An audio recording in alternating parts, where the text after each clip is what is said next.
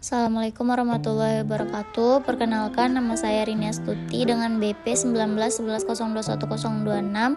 Hari ini saya akan menyampaikan resume tentang pasar modal week 3 dan 4. Pembahasan pertama, kita akan membahas tentang saham. Nah, suatu perusahaan dapat menjual hak kepemilikannya dalam bentuk saham atau stok jika perusahaan hanya mengeluarkan satu kelas saham saja. Saham ini disebut dengan saham biasa atau common stock. Nah, kelas lain dari saham yaitu yang disebut dengan saham preferen atau preference stock. Saham preferen merupakan saham yang mempunyai sifat gabungan antara obligasi dan saham biasa. Nah, hak preferen terhadap dividen, hak untuk menerima dividen terlebih dahulu dibandingkan dengan pemegang saham biasa. Kemudian masuk pada karakteristik saham preferen. Nah, beberapa karakteristik dari saham preferen adalah yang pertama adalah preferen terhadap dividen. Ini terbagi menjadi dua, yaitu pemegang saham preferen mempunyai hak untuk menerima dividen terlebih dahulu dibandingkan dengan pemegang saham biasanya. Yang kedua adalah saham preferen juga umumnya memberikan hak dividen kumulatif, yaitu memberikan hak kepada pemegangnya untuk menerima dividen tahun-tahun sebelumnya yang belum dibayarkan sebelum pemegang saham bisa menerima dividennya.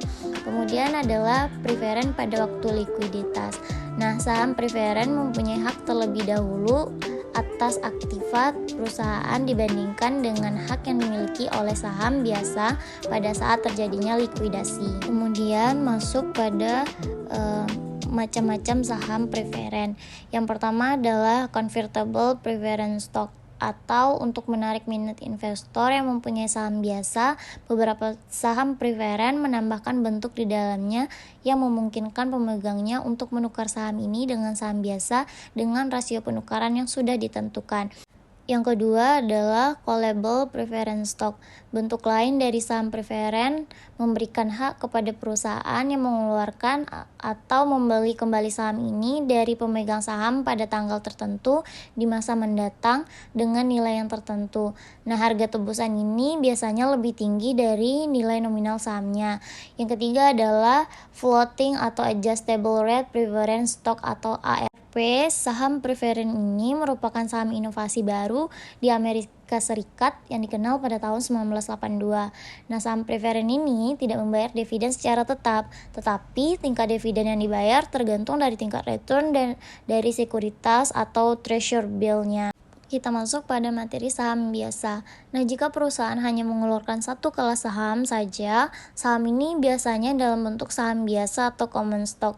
Nah, pemegang saham adalah pemilik dari perusahaan yang mewakilkan kepada manajemen untuk menjalankan operasi perusahaan. Sebagai pemilik perusahaan, pemegang saham biasanya mempunyai beberapa hak. Beberapa hak pemegang saham biasa, yang pertama adalah hak kontrol, yaitu pemegang saham biasa mempunyai hak untuk memilih dewan direksi. Ini berarti bahwa pemegang saham mempunyai hak untuk mengontrol siapa saja yang akan memimpin perusahaannya. Yang kedua adalah hak menerima pembagian keuntungan. Sebagai pemilik perusahaan, pemegang saham biasanya berhak mendapat bagian dari keuntungan perusahaan. Yang ketiga adalah hak preemptive, merupakan hak untuk mendapatkan presentasi pemilikan yang sama jika perusahaan mengeluarkan tambahan lembaran saham. Selanjutnya, kita akan membahas tentang saham treasury atau treasury stock.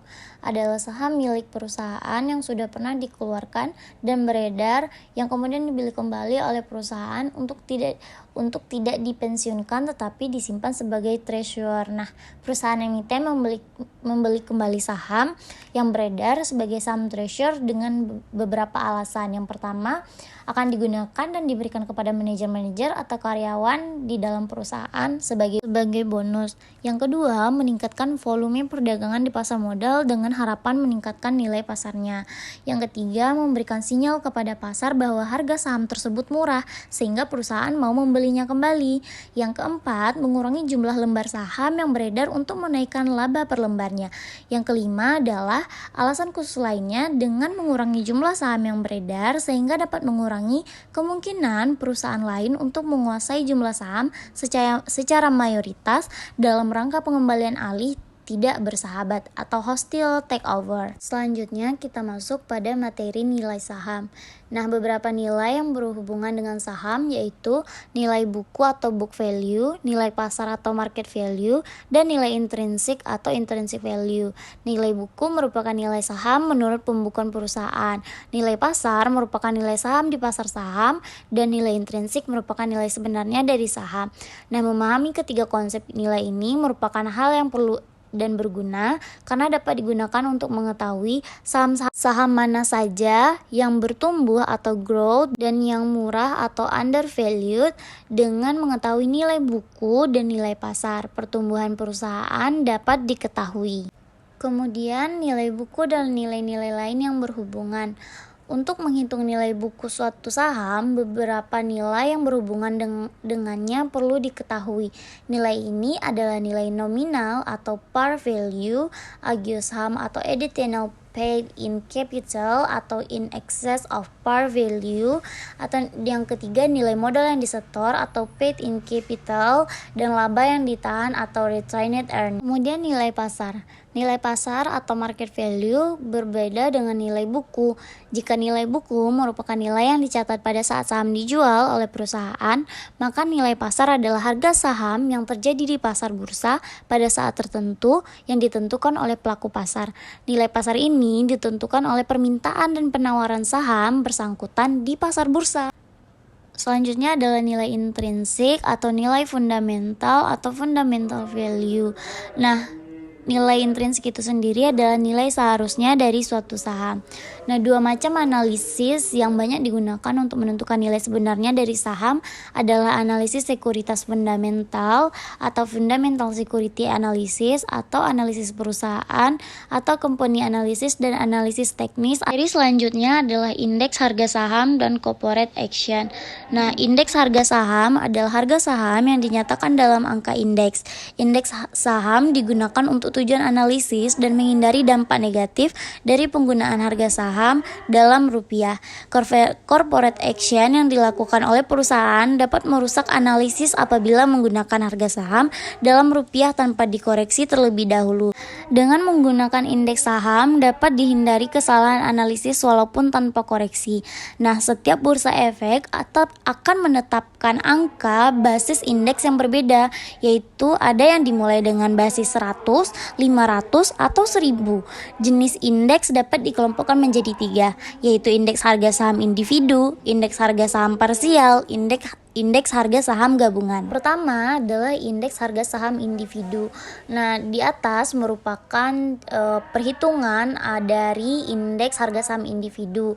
Nah, rumusnya adalah IHSI sama dengan jumlah saham beredar dikali harga pasar per jumlah saham beredar dikali dengan nilai dasar dikali 100%, atau IHSI atau harga pasar per unit per nilai dasar per unit dikali 100%. Nah, sebenarnya sebelum transaksi pertama terjadi di bursa efek, saham tersebut diberikan indeks harga sebesar 100 sebagai angka dasar. Kemudian ketika jam perdagangan mulai berlangsung dari pagi pukul 10 dan berakhir di pukul 16.00, sudah pasti puluhan kali harga tersebut dalam transaksi hari ini bersangkutan. Nah, dari sekian banyak harga yang terbentuk lalu dibagi menjadi 3, yaitu harga terendah, harga tertinggi, dan harga penutupan. Ketiga jenis harga tersebut tertera dalam daftar informasi perdagangan efek harian atau DIPEH yang diterbitkan oleh bursa. Nah, indeks harga harian dihitung berdasarkan harga pasar penutupan atau closing price. Selanjutnya masuk pada indeks harga saham parsial. Nah, setiap pihak dapat menciptakan indeks harga saham yang terdiri dari beberapa jenis saham untuk kepentingan sendiri. Apabila indeks harga saham parsial tersebut ternyata baik digunakan sebagai pedoman oleh investor, maka indeks tersebut akan laris diperdagangkan. Nah, untuk rumus indeks saham bisa dilihat dari PPT yang sudah saya buat, di mana indeks 100 itu sama dengan jumlah kapitalisasi pasar dari 100 emiten dibagi dengan jumlah nilai dasar dari 100 emiten, kemudian dikalikan dengan 100 sebagai angka dasar. Nah, kapitalisasi pasar sama dengan saham beredar dikalikan dengan harga pasar per unit saham. Kemudian, total nilai dasar sama dengan jumlah saham beredar dikali dengan nilai dasar per unit.